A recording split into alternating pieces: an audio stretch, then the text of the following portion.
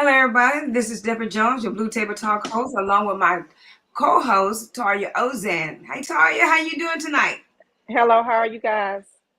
Just fine. And also, we are going to have tonight Councilman Randy Feldschau. He's going to be our speaker for tonight, and so we're going to get to him in a few minutes.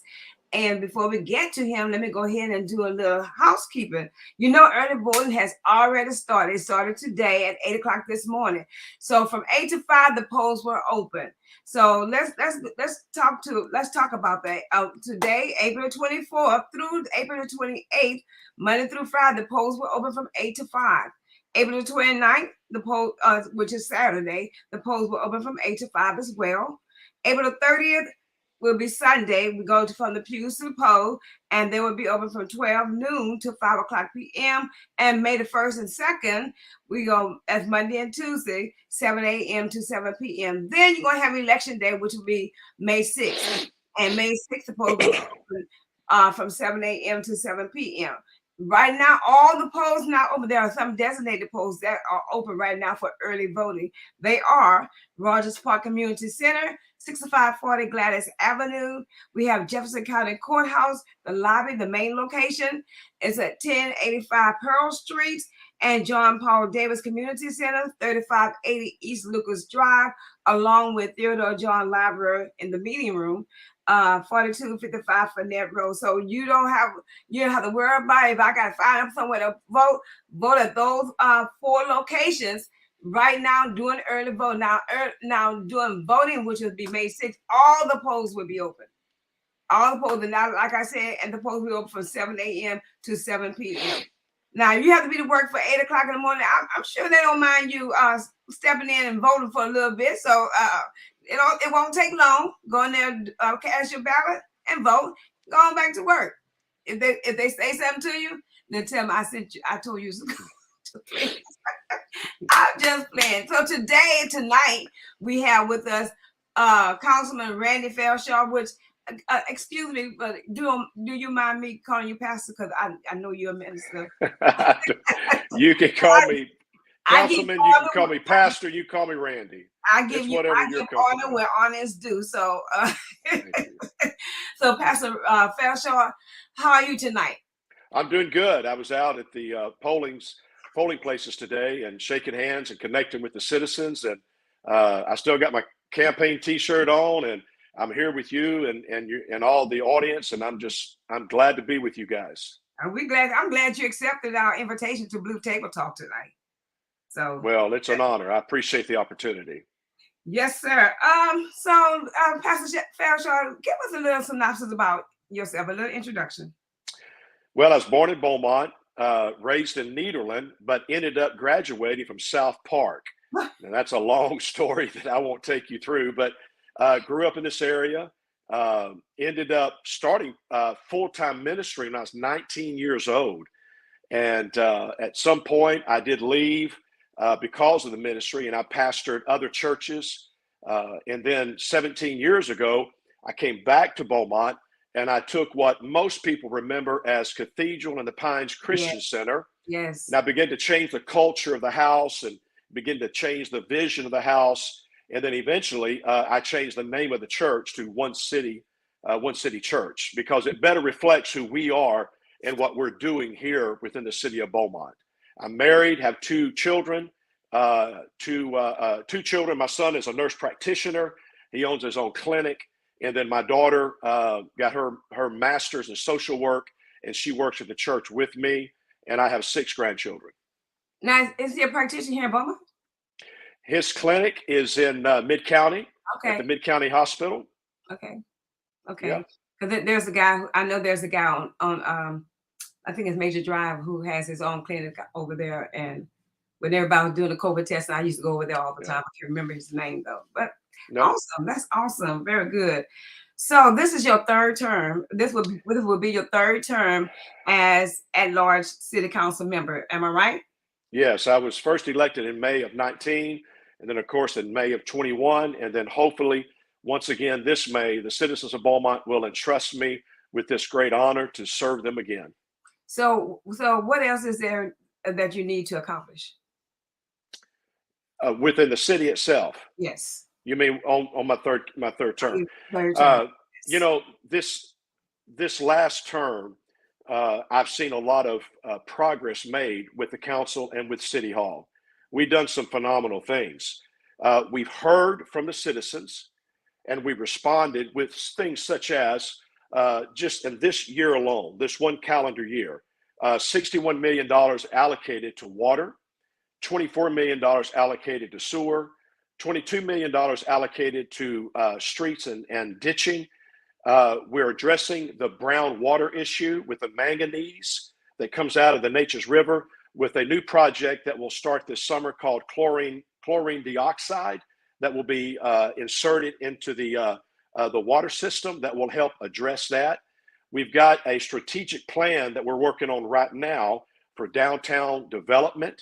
We just signed the largest tax abatement with OCI project, $1 billion project. There are other industrial projects that are coming. And so just in the last 22 months, we've seen a lot of movement. And one of the things that we have to recognize is that, you know, we transitioned from a farmer administration. You know, Mayor Ames was on city council for 27 years. Mm-hmm. You had Kyle Hayes as the city manager for over 20 years. And so this council, we've been able to transition a new mayor, a new council member with Chris Durio and AJ Turner, a new city manager, a new city attorney. So we've seen a lot of change on the council and at City Hall. And we've been able to do this, and still here we are. You know, we haven't stripped the gears and shifting, you know, the gears, we haven't stripped the transmission out. We've been able to do this. We've seen some new synergy, some new momentum, and we've gotten some good things accomplished.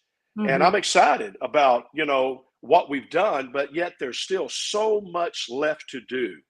And one of the things we've got to look at is they're projecting over the next 10 years between 80 and 100 billion dollars in industrial projects coming into this area, 460 million projects in commercial and retail, and then 4.5 billion in infrastructure work.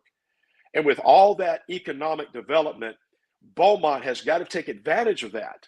And we've got to be able to find a way to bring that economic development into the city and translate that into numerical growth. Because we know the county is going to grow. The question is, will the city grow? Exactly, because that's one of the biggest questions out there now, and I'll get to that later on. But you know, and I know, and Toria knows that infrastructure is still on the rise in Beaumont, Texas. So that's one of the biggest projects.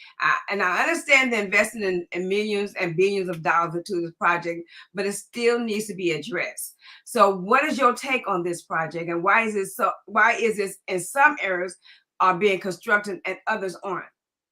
Now, when you say on this project, you mean the industrial projects or the infrastructure, the street lines and everything like that? Well, you know, we see what TxDOT is doing. They're doing over $500 million project that's coming through Beaumont that's going to be taking place over the next 5 years. And that's going to prove to be positive for the city of Beaumont. It's going to get worse before it gets better, but it's going to prove to be very positive for our city. The city council, as I just mentioned, we're allocating millions of dollars to improving our streets, our ditching. We're working with DD6 on drainage. We're working with the water and the sewer. We're doing everything we can, just as fast as we can, to address the infrastructure and the public works of our city. Now, one of the things that they've done through the years, it's my understanding, you know, through the years, what they've tried to do is take a dollar and break it up, okay, in 4 parts. So each ward gets a quarter, okay, and try to be equal, okay, across the board. But one of the things I'm starting to talk about now, and I'm going to start encouraging the city to do now, is that we need to look at the north end, the south end. We need to recognize the fact that we need to focus more of our money there than, let's say, we do in the west end, because there can be no equality until we're equal. Right. And let's say Ward 4 and Ward 3 are having to catch up Mm-hmm. to Ward 2 Mm-hmm. because they started so far behind. Mm-hmm. And so I'm trying to look at it now and begin to talk about this, that we can't have equality until we're equal. So Right. we need to get Ward 4 and 3 to catch up.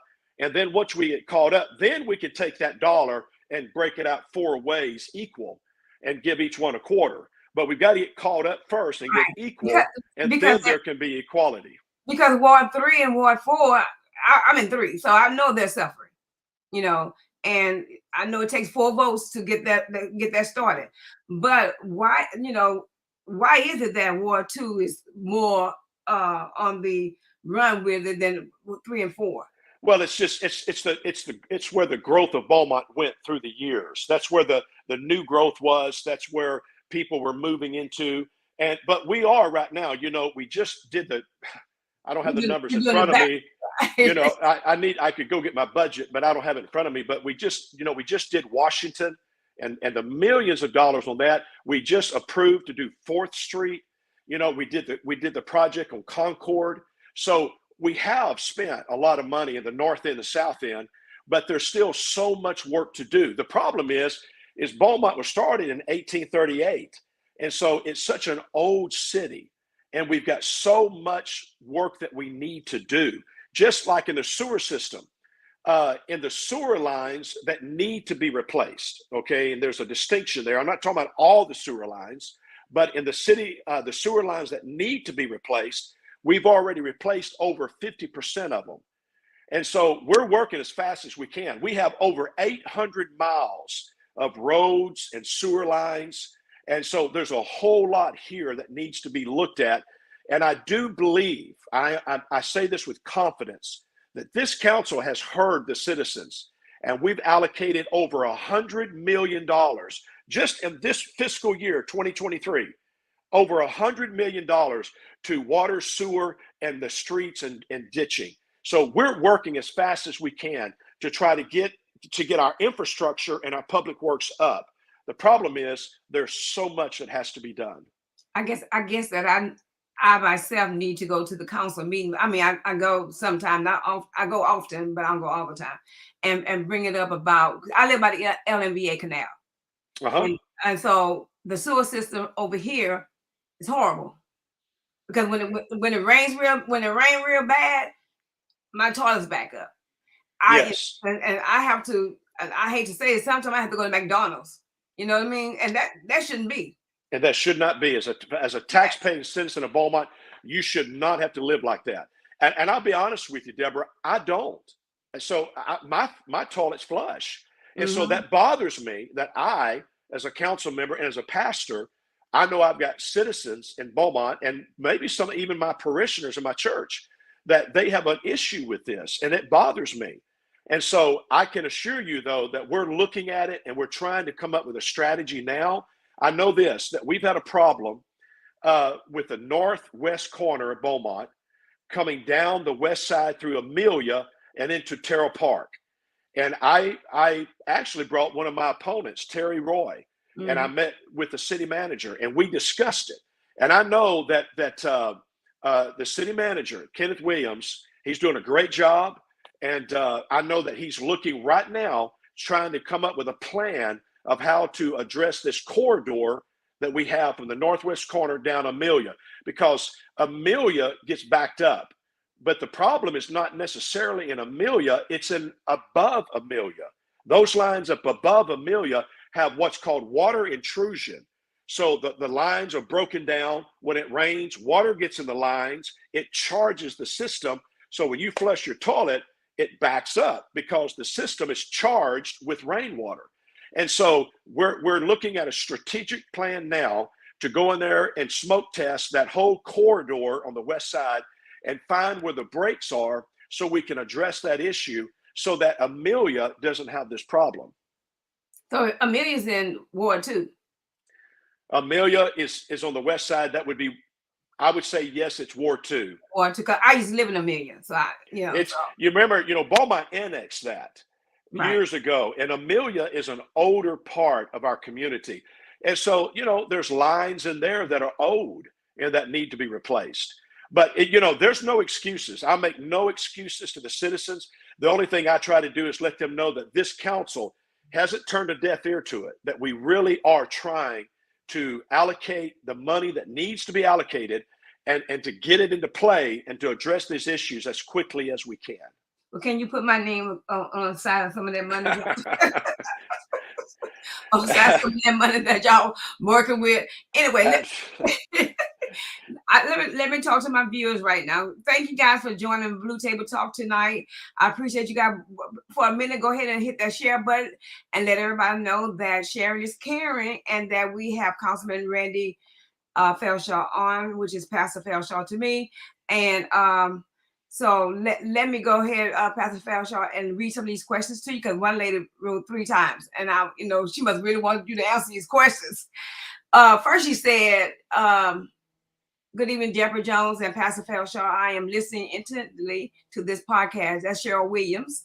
And Cheryl also said, how does the city council plan to attract businesses to Beaumont? We're gonna get to that one. We're gonna get to that one down the line, Cheryl. But go ahead. You want to answer it now? Well, one of the things I think we can do is I've discussed with City Hall before about the permitting process and making sure that we don't make it difficult for businesses to get started in Beaumont, but that we're business friendly, especially to the small businesses. We've got to find a way to make the permitting process simpler. It's my understanding that our permitting process is a little bit convoluted, it's a little complicated, and perhaps it needs to be simplified. But that's not an easy task. But I do believe that's one thing that the council has to take up, to where businesses feel that Beaumont is friendly to the small business. One of the things that we need to do is to make sure that we get the information out there for things like opportunity zones, tax abatements, tax incentives. For example, when I first ran in 2019, I brought to the city manager the idea of making downtown Beaumont an opportunity zone, and he did. And so now there are things, you can go into the downtown area and there's an opportunity zone there where there's some tax incentives and abatements that you can take advantage of. So we've got to find ways to make it attractive to Beaumont when it comes to the taxing of the city, and try to be pro-business. One of the things that we've got to continue to do is to take advantage of these industrial projects that are coming into our area. We've got to be competitive, because we're competing with cities like Baton Rouge and other cities, Lake Charles, and we need to get these industrial projects here in our area where they create jobs, construction jobs, and then permanent jobs for our citizens. We are a petrochemical area, and there's no way to get around that. And that's our bread and butter. And so we've got to continue to bring in these industrial projects that bring millions and billions of dollars into our area. And so if we can do that, we can create jobs with these projects. You're speaking on downtown area. And so when I was growing up, the downtown area was on and popping. And so how can we make our downtown area more inviting? Even Park Del Mall is beginning to look scarce. Beaumont is truly past, is phasing out. So give me some views on it. Do you think it can ever be more successful than what it is right now? I know there are a couple of businesses that are going downtown, but we need to have people go downtown. Well, I mean, when they come to Beaumont, they say, well, let's go downtown. I ain't taking you downtown. There's nothing there. So how can we get that area a little more successful? Well, let me tell you this. I'm going to say right up front that I know this is a controversial topic. I'm also going to tell you that it's not going to be easy. Mm-hmm. But what leadership has to do is take calculated risk, okay? You have to look at it, you have to calculate it, and there's always going to be a risk when you step out and you do something that's bold and edgy. But I believe that downtown can be awakened. Oh, yeah. I believe because of the water feature that we have with the Nature's River. Mm-hmm. Now, we've looked at other cities across the nation similar to Beaumont. And we saw how that they were similar with their downtown area and what they did and how it did awaken their downtown area. So right now, we just broke ground on the $17 million project of Riverfront Park. Right. We're looking to, we're working on a strategic plan right now to hopefully bring a full service hotel to the downtown area that will connect to the convention center so that we can start attracting conferences and conventions into the city of Beaumont. Right. I'm hoping to see a green space. Okay. We've got a strategic plan right now that's been laid out before the council. But I'm looking to create a green space from the Riverfront Park to where the AT&T building is, down Crockett Street, all the way to the event center and the Lakeside Center, where you can literally start at the event center and walk, jog, ride a bike all the way to Riverfront Park. And when we do this, we're going to start attracting people to the downtown area. They're going to want to take advantage of this water feature and this green space and this opportunity to get outdoors. And I promise you, when you get people down there, the vendors will show up. They're going to go where the money is. Yeah. I don't care if it's a coffee shop, an ice cream parlor. They're going to come. But the key is to get the citizens down there. And then if we're able to get a hotel down there, a full service hotel, then I believe we're going to start seeing conventions and conferences come down. And so for me, the awakening of downtown area, it begins with getting people down there, because a vendor is not going to go if there's nobody there. Right. So we got to get people down there. And I believe it begins with Riverfront Park connecting a green space all the way to the event center. And we'll begin to see citizens that want to get outside and want to take advantage of the opportunities that we create for them down there. A downtown development cannot be done just completely on the shoulders of the city. That doesn't work. Government never does do good at that. There has to be a partnership between government and private industry. That's when it works across the nation. That's where you saw it working, is when the city partners with private businessmen and women, and that's when it works. The city has got to create tax abatements and tax incentives and opportunity zones and work with a permitting process, and then basically get out of the way and let the market do what the market does best and let businesses run. And that's when you begin to see things happen. So y'all wouldn't just say, you wouldn't just say someone came down and wanted to build something or start something in Beaumont downtown. We talk about downtown area, and the board wouldn't just say, no, we don't want to do that. Just reject it. And I mean, y'all would listen to them, right? Absolutely. I've been on council now since May of 2019. I have found this council to be very pro-business. I haven't seen this council say no to anybody other than gaming rooms. That's been the only thing I've seen that this council has just put their foot down on and said, we don't want that. Right. Outside of that, I have found that we try to find ways to get out of the way and let businesses operate.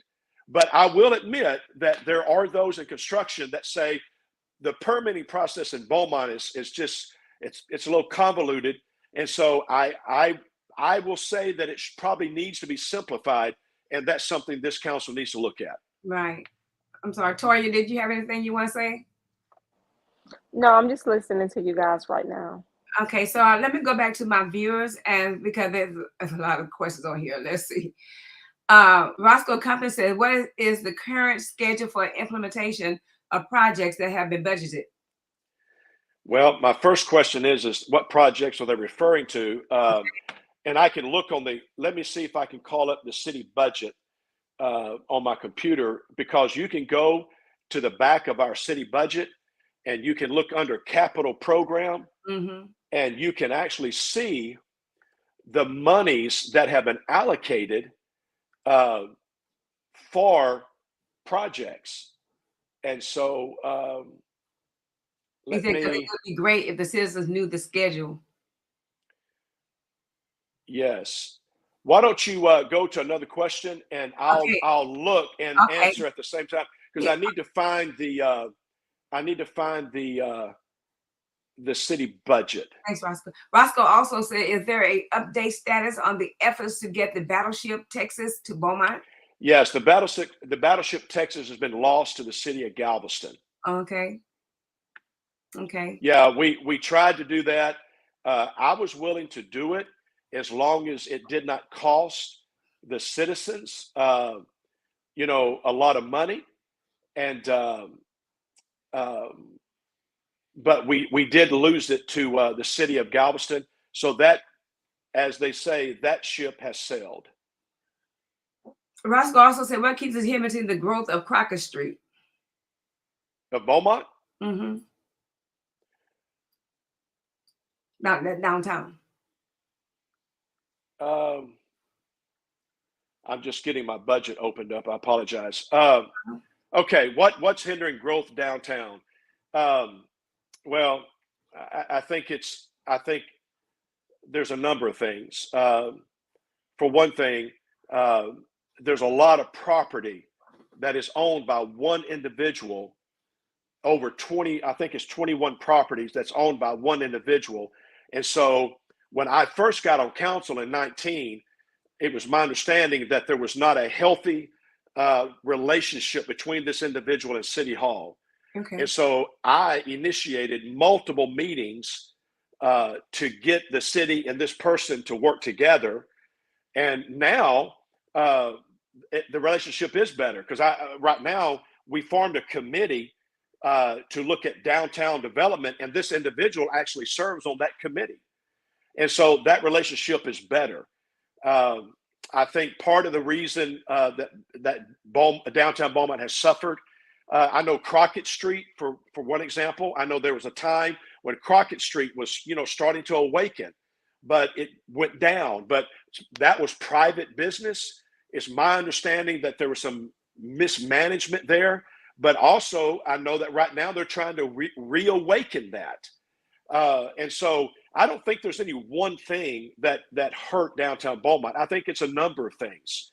I think some of it was because the growth of Beaumont was going out towards the west side of town, and perhaps former administrations just neglected downtown Beaumont and did not feel a need to invest in the downtown development.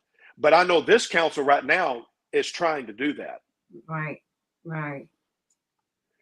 So now I've called up my budget. So go ahead. They're asking the question about what projects. Well, there's two categories when it comes to projects. Okay, like public works, which is, we'll call that streets and ditching. There's two categories. There's what's called design and or construction phase, and that's where money's been allocated to it. Okay, it's in the works. The second category is called projects for consideration. That means it's on our list, but there's been no money allocated. Okay, so let's talk about real quick public works. It's in the design and or construction phase. Citywide ditching program just for this year. It's only 12 months. Okay, this is just this year. $2 million. 4th Street project, $6 million. Storm water pipe inspections and point repairs, $1 million. Street rehab program, $8 million. Threadneedle outfall rehabilitation, $5 million. Those are the ones that were just allocated for this year. And so that's just in public works. Let me drop down to general improvement projects. Again, money's been allocated. The fleet facility parking lot, $2.6 million. Parks and recreation enhancement, $1.4 million. Riverfront Park, $17 million. And let me drop down to water and sewer projects. Again, that's been allocated. That's $61 million. Boy, I don't know if they want me to list all of this one. There's a lot here. The new water pump station at Collier's Ferry, $29 million. Dang. Let's see. There's $61 million in here. I'm not sure they want me to list all of this one, but there's a ton of money in here. The Loeb motor starter and electrical improvements. That's Loeb. Where we have the water wells up between Beaumont and Lumberton. That's 3.3 million. The new water line delivery. That's going to come from the new pump station down Pine Street to the water treatment plant. That's 18 million. So there's water production system repairs, 1.4 million. There's just a ton of money in there. Water and sewer projects. Again, this is money that's been allocated. Let's see, assessment of sewer collection system phase 3, 650,000. The Harriet lift station rehab, 2 million. The lift station electrical improvement, 660,000. Lift station repairs and maintenance, 400,000. Sewer main rehab, 7.4 million. Sewer main rehab, again, another phase, 6 million. Wall and Avenue C lift stations, 2.2 million. Wastewater treatment plant road repairs, 750,000. Wetlands cell 6 restoration, that's in the wetlands part, that's 3.6 million. So there's just so much money here. Is all that money allocated to the area it has not been used, or have they already done this project? Ask that again. The money, the money that you just mentioned, is already allocated to those areas. They have. Yeah, it's under that category of design and/or construction. Mm-hmm. When it goes into the design stage, that means the engineers are designing it, and we're putting money towards it. Mm-hmm. And so it's either in design phase or it's under construction. And all the citizens can go to the website for the city of Beaumont, and you can go to the finance department, you can go to the budget for 2023, and then go down to the very bottom of the budget, and it will say capital program. Mm-hmm. And they can look at the different categories: public works, water and sewer, and so forth. And then they just need to look at the category that says design and/or construction, and you'll see the money listed out there. That's where you want to look, because that means there's money that's been allocated to that project. So are they going to start that this year, or they already started on it? It's either in design this year, or it's actually they're turning dirt on it. It may be in design with the engineers, or it's out. They're out in the street working on it. But now completion, I can't tell you when it's going to be completed. That one I don't know. That would be a question where you call City Hall, and you go to that department and you ask them, can you tell me where we are in the timeline of that particular project? Thank you, Yolanda. Yolanda Nan Avery wants to know. Thank you, Yolanda. What is the timeline for the capital project? Again, there's so many projects. I can't answer that. You have to call City Hall and say, okay, for example, I know you guys are going to fix 4th Street. Right. Okay. All right. So where are we in that timeline? And right now, I'm sure it's in the design stage, and it may be out of the design stage. They may be getting ready to start turning dirt, but you got to call City Hall and tell them what project you're interested in, and they can give you a better detailed answer on the timeline for whatever project you're interested in, because I don't have that in my budget. I don't have that in my paperwork. If we call City Hall, what department we ask for? Well, it depends on the project. If you're talking about streets, I would call Public Works. Mm-hmm. And just ask them, hey, can you tell me where are we on the 4th Street project? Because I'm looking at Public Works project right now, and it says design and/or construction, and it says 4th Street, US 69 to Ashley. It's $6 million for that project. And I know they're getting ready to start that one, but exactly when they're going to start, I don't have that information directly in front of me. Roscoe said, can we see the status of the project on the website?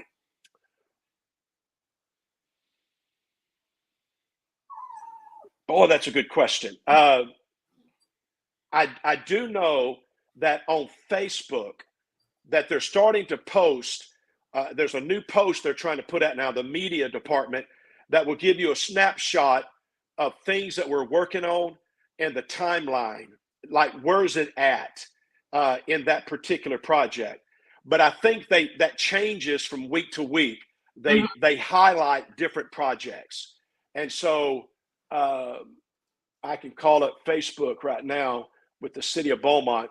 I know that I see it from every so often, and that's one of the things I'm really excited about with our present council and administration, that our media department is doing a much better job at shoving information out there and keeping our citizens updated on what we're doing.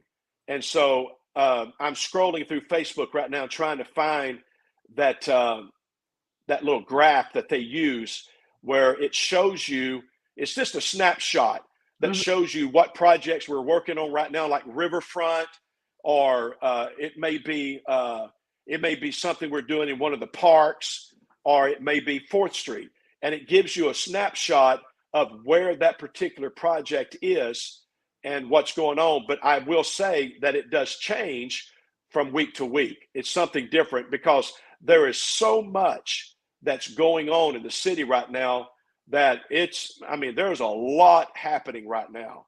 And so it's a lot of good, positive things that are going on.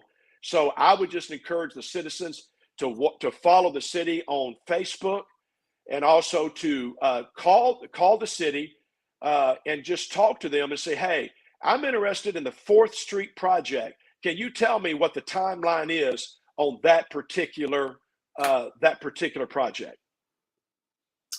So that sounds good. But Yolanda says, as an incumbent, what are you proud of that you spearheaded? What I spearheaded, and my first term, I'm gonna be honest with you. If you were watching back then, there was a lot of conflict on our council. I don't know.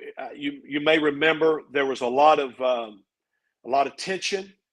There was a lot of fighting that was taking place, and behind the curtain, I worked very hard with the council, including the mayor, to try to bring that council together and to get them to be more diplomatic and to be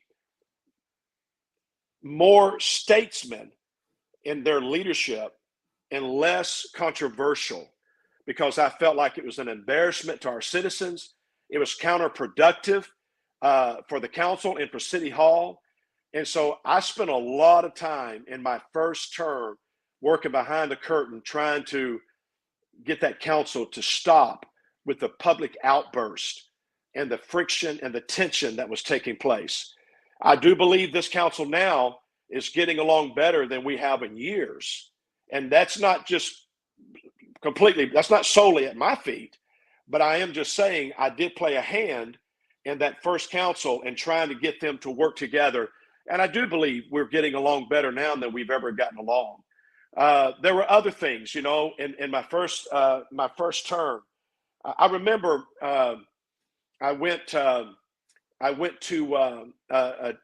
a town hall meeting at the top of Sugar's downtown, and I remember we were talking about law enforcement and crime, and I remember there was a stately gentleman by the name of Brother Sprout. He asked me a question. He said, "Councilmember, when are you going to get that Confederate statue in Wise Park taken down and relocated?" He said, "Since I've been a little boy, I've been walking by Wise Park and I would see that Confederate statue." And he said, "That's offensive to me." And so I started working on that, and I worked with Councilman Ogden Samuel, and we were able to get that relocated to a museum up in the Fort Worth, Dallas area. I asked that it be moved. I wasn't wanting it to be destroyed or defaced. I just wanted it moved. And so we were able to move that. And that just came simply out of Brother Sprout asking me, when are you going to do that? I was able to work with Mayor Ames to keep our facilities closed during the COVID. That was very controversial. And I took a hit on that one because I sided with the doctors and I kept our facilities closed during COVID, trying to protect our citizens and help to mitigate that pandemic and get us through it. In my second term, oh Lord, in a 2-year term, a council member with the consent agenda and the posted items will cast around 1,100 votes. 1,100. And so in this second term, we gave Beaumont PD the largest contract they've received since 2010. We were able to secure the OCI project. That's $1 billion project out between Twin City Highway and Port Arthur Highway. That's going to bring millions of dollars to the city of Beaumont, construction jobs and permanent jobs. We were able to secure that project and other industrial agreements. So, we've done so much in these 2 terms, and yet there is so much left to do. I made a mistake in my first term. This is something small, but I want the citizens to know when I make a mistake, I will own it. But in my first term, we voted to do what I called house cleaning, and that is to separate the budget of the city with the budget of BISD. 2 separate entities, 2 separate budgets. And so I voted to stop funding the crossing guards for BISD because it was $75,000 a year. That's not a lot of money for the school budget and for our budget. And so for me, it was presented to me from City Hall as just a house cleaning item. I said, well, sure. If we need to separate the 2 budgets, I have no problem with it. I voted on it. Well, the school board came back and it really bothered the school board. They said, Councilmember, you sent a statement to us that you don't support us and you're not standing with us. And that bothers us. And when I realized the message that I was telegraphing to the school district, I went, whoa. And so I went to Councilman Taylor Neal, who was the one who made the motion, and I seconded it. And I said, Taylor, we made a mistake and we have to make this right. So he and I went back to council. We brought it back on the agenda and we voted to reinstate that $75,000. And then from the dais, I publicly apologized to the school board. And I said, I'm sorry, I made a mistake. And then we met with the school board as a council and I apologized to them again, to their face. And I said, hey guys, I made a mistake. That was wrong. And I want you to know I made it right. And I do support you. And so I want the citizens to know that if I make a mistake, I'm going to own it. And where I can, I will make it right. So, okay. So I remember that situation, what you was talking about. I remember that with the transportation and the school board. And I remember all that. So let's talk about crime in Beaumont. Okay. I'm sorry. I had something to say. Okay, I'm sorry. No, you're fine. And that was an issue because I am a parent and my kids don't even walk to school. But my problem was you guys y'all were fighting to fund a dog park. And here it is. You can't even pay for these crossing guards who do a phenomenal job protecting our children. And if something would have happened on the street and they were shot, I mean, not shot, but they were hit by a car, wouldn't that fall on the city? I don't think it would. I don't think it would. No, and talking to the city attorney and dealing with lawsuits, and we get sued all the time. But I don't think it would, be honest with you. But again, I have no defense for that decision other than it was said to me, this is just a house cleaning item. It's a budget issue. We just need to, it's cleaner if we separate the 2 budgets. And so out of my ignorance, I did vote for it. But as soon as it was brought to my attention, I went back and corrected it because I did not want to send a message that I don't support the school district, that I don't care about the kids, that I don't care about the school board. That bothered me. And so I went to Taylor Neal and said, hey, Taylor, we got to make this right. He said, you know, you're right. And so we did. And so like I mentioned, in a 2-year term, you're going to cast around 1,100 votes. And, you know, sometimes you're going to get it right. Sometimes you're going to get it wrong.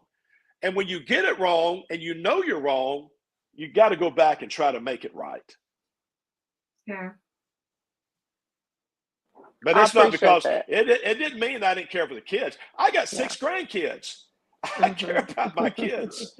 It's just, it was done out of ignorance on my part. Not an excuse, but when you make the mistake, own it, make it right. Own it. Yes, own it. Yes, exactly. So let me get back to my crime part. Come on. You know, it's still on rise in Beaumont, Texas. You know, it doesn't it's not getting any better. So what are your plans? What are you guys' plans to reduce or have reduced it? Okay.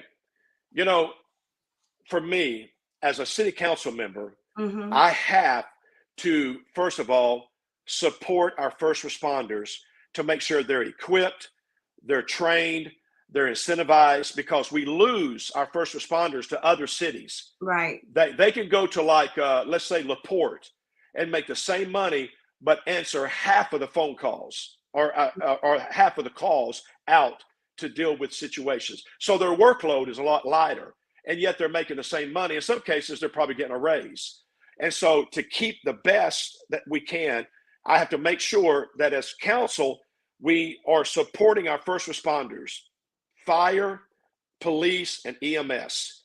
Because as a council member, one of my basic responsibilities beyond public works, infrastructure, is safety and security for our citizens.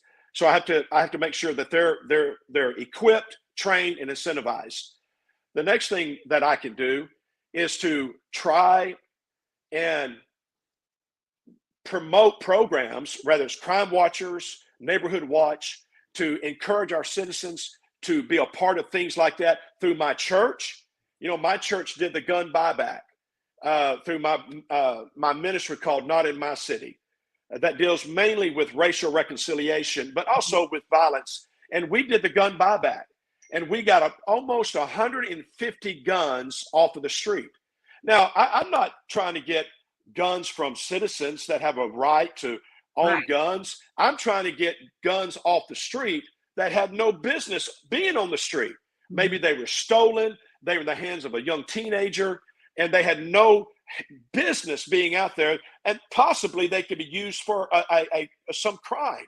So I did the gun buyback, and I mentioned that because to deal with this crime issue, I believe it takes a partnership between civic, business, and religious leaders.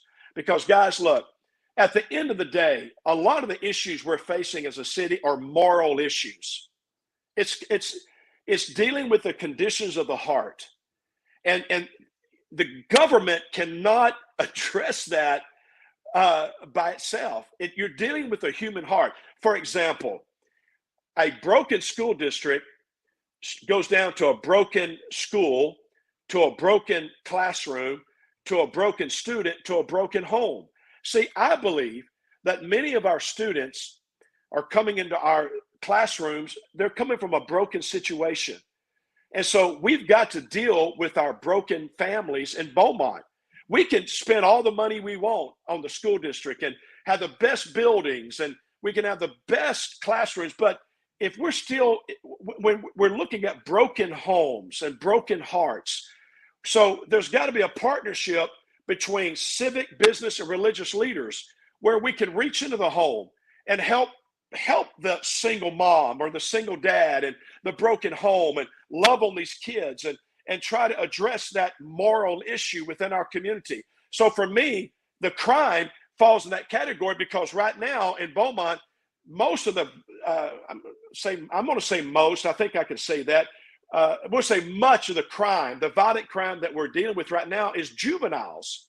Well, where are those juveniles coming from? You know, and I believe they're coming from a broken home. And so my heart reaches out to those juveniles. My heart reaches out to them, and we've got to go back to the broken home and maybe start there And so we can arrest them and we can throw them in jail, but they're going to come out of jail. But what are they going to? Because look, for me, here's the thing, and I don't want to sound too much like a preacher, but here's the thing. You cannot legislate righteousness. Righteousness has to do with the condition of the heart. If you arrest a man for being a thief and he goes into jail as a thief, if there's not a change of heart, when he comes out of jail, he's still a thief. Still a thief. You've got to change the heart. And so government can't do that. That's why there has to be a partnership between civic, business, and religious leaders. And I'm not trying to push my church or my religion on anybody. I'm just talking about religious leaders, moral leadership. We've got to do things like you've seen in our schools with donuts and dads, or dads on deck, or I know Councilmember Turner has done a great job at mentoring. And we have the youth council now at City Hall that Councilman Councilman Turner has been a part of. I go to it. I think out of all of them, I may have missed one. And I stand before those kids and I try to talk to them and try to mentor them. But for me, the crime in Beaumont, when it comes to our our young people, it's going to take more than City Hall to fix that. We can equip the first responders. We can encourage programs like gun buyback or whatever you want to do. But it's going to take more than that. It's going to take mentoring, reaching out, and changing the hearts of those young people. We got to go back to the parents. You do. And my heart goes out to these single mamas that are trying to, to raise these kids, or single dads. We got some dads that are single and they're trying to raise these kids. My heart goes out to them. I'm sorry, you were going to say something? I was single mom. So, my children did excellent. So, you just have to know what to do. I took my children back to the square. If I didn't send them to church, I took them to church. You see what I'm saying? So when I let them know about the Bible and I let them know what was right and what was wrong, I told them what was right and what was wrong. And you've got to hold our parents accountable for what our children are doing. Yeah, and I don't want the citizens. I've always been really concerned about, there are some people I know that are conflicted with the ideal of a preacher being on council. But I could take an hour starting right now and talk about this, but I can't. But let me just hit a few things.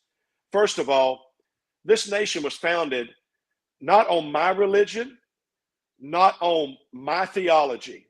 It was founded on Judeo-Christian values.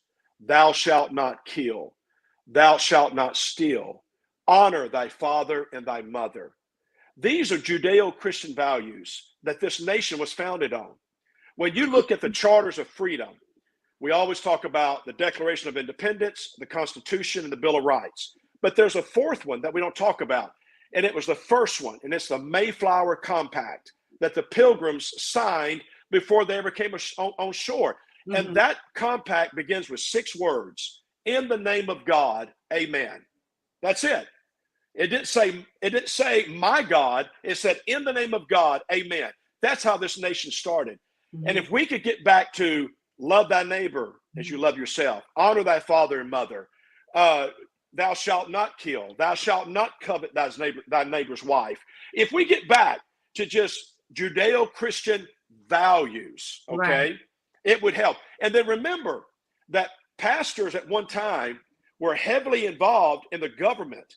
If you would go back and study American history, look at the pastors that were involved in the Declaration of Independence and the signing of the Constitution.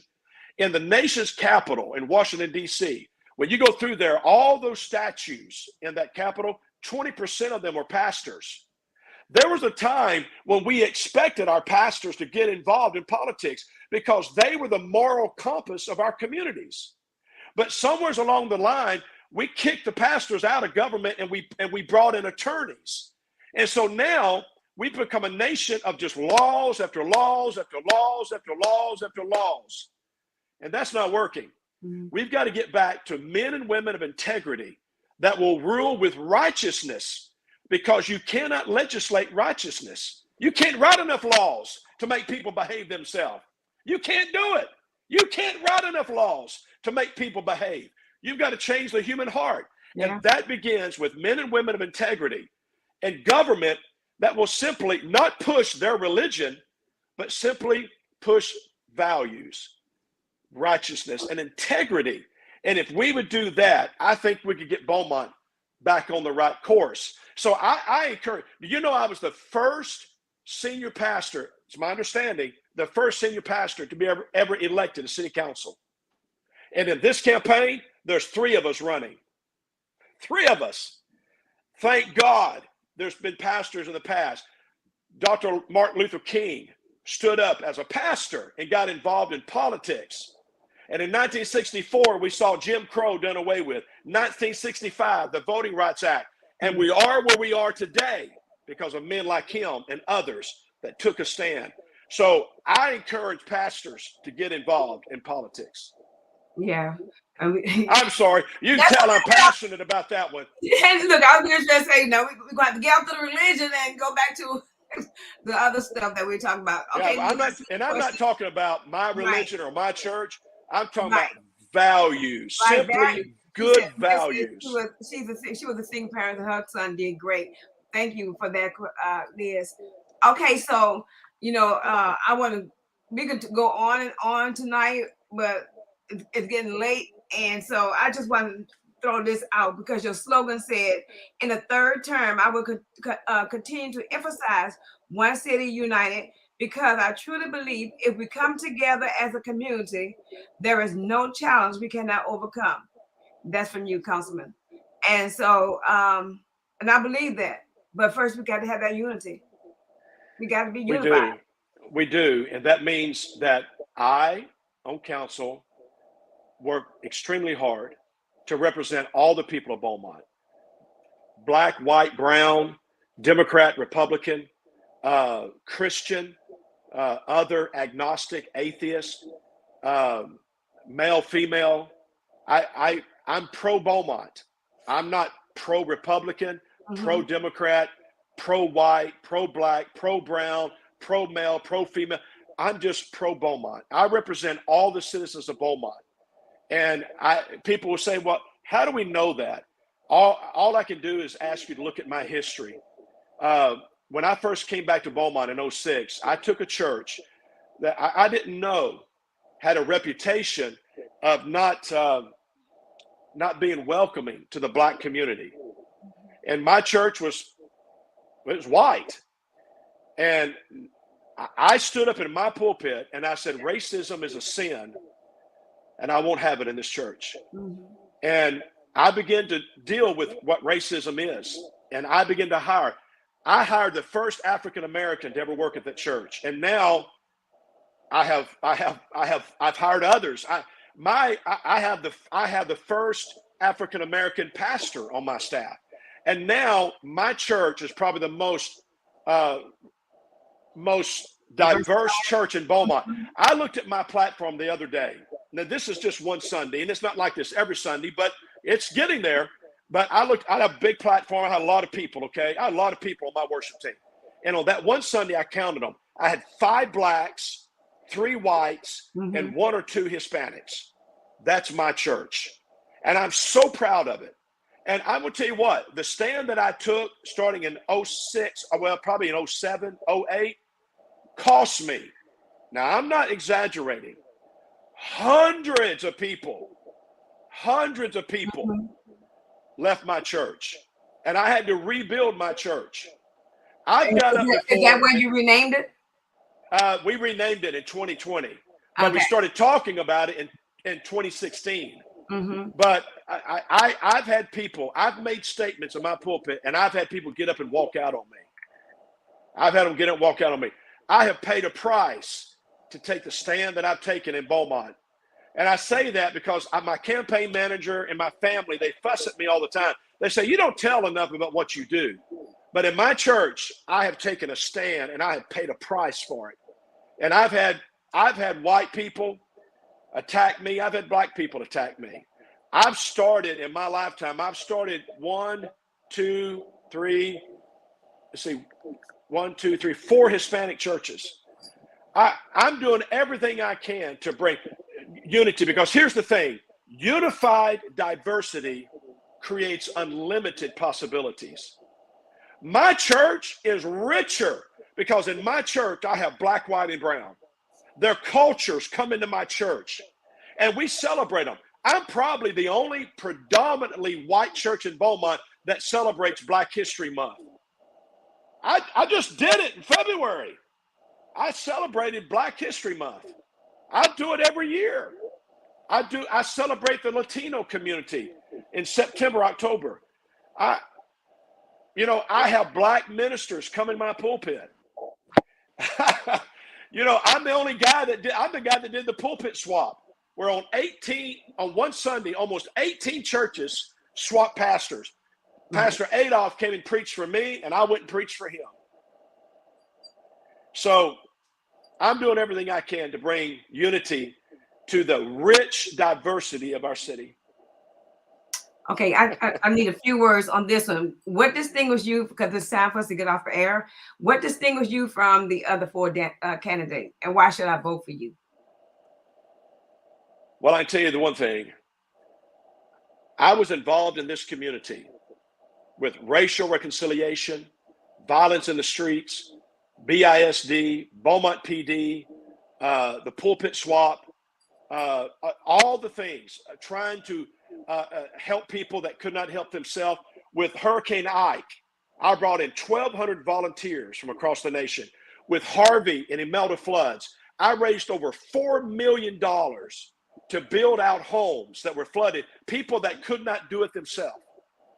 I was doing all of this in the city long before I ever knew I would even be on city council, long before I ever thought about running for city council. And I'm doing it while I'm on city council, and I'll be doing it when I get off of city council. So when people want to get involved in politics, I would challenge the citizens to ask them one question. You want to be a civil servant? That's great. What were you doing to serve the citizens before you got into politics? Because guys, this ain't a gig for me. This isn't just a political position. This is what I do. This is what I've been doing since I got here in 2006.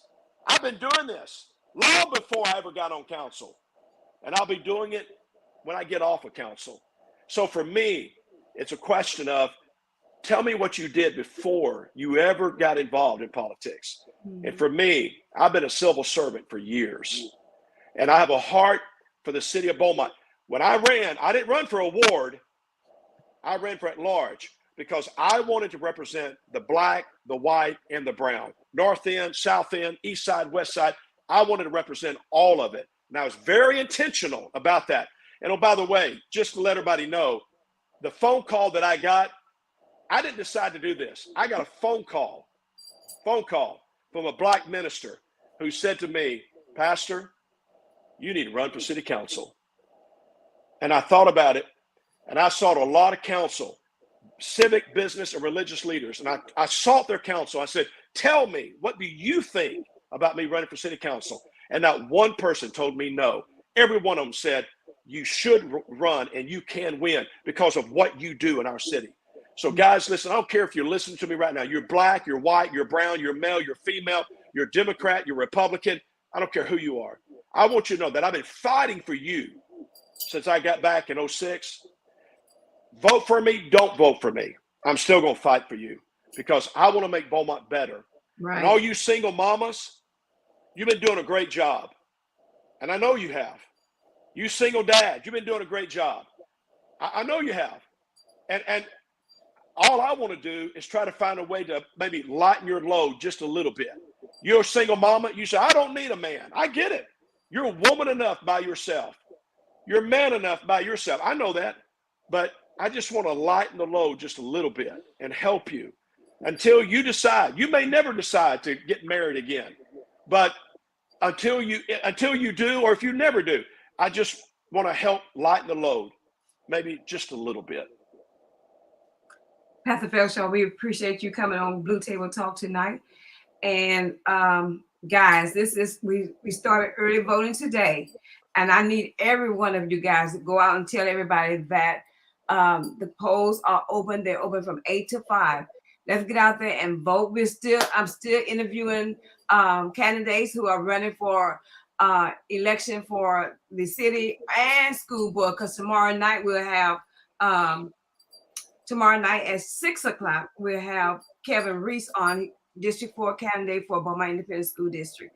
So we've got to get these so you know who's, because I know a lot of us, we vote late. And so we don't vote on the first day. So let's go out there and tell everybody, look, these candidates are coming on. You need to listen to them, see what their views are, see what their plans are to rise up Beaumont, because we do need that out there. We do need Beaumont just a little bit. Yes, we do. So come on and listen to these podcasts. And like I said, I appreciate Pastor Feldschau for coming on tonight. I just want to read, you don't have to answer this, but I just want to read this. Joseph Roberts said, hey, Deborah, the problem now when it comes down to parents is that 15 to 20 years ago, they were on the drug red land. So those people that everyone is talking about is the same ones people are talking about today. So we just need to continue to pray for them. We got a lot of work to do. Let me say this to Deborah and Toya. Thank you for having me. And to all those that are watching in, listen, come out to the polling places and find me. And if I didn't answer your questions tonight, ask them. Look, you can ask me anything, and I will answer the best I can. And if you want to, you go on my Facebook, my website. You can email me. You can call me. My cell phone number for the city is 504-1730. 504-1730. Call me. I'll answer anything. I'll do my best to answer any questions you may have. We appreciate you very much, Pastor. Okay, so guys, like Pastor Feldschau said, thank you for coming on tonight. You guys always support me, and thank you for throwing those questions out, because people need to hear that. It probably was something somebody else wanted to say, but was afraid to say it. So thank you guys for throwing out those questions. Toya, thank you for coming. Toya, thank you for coming on tonight. And, you're welcome. And remember, at large, you get 2 votes. Yes, 2 votes. There's 2 seats.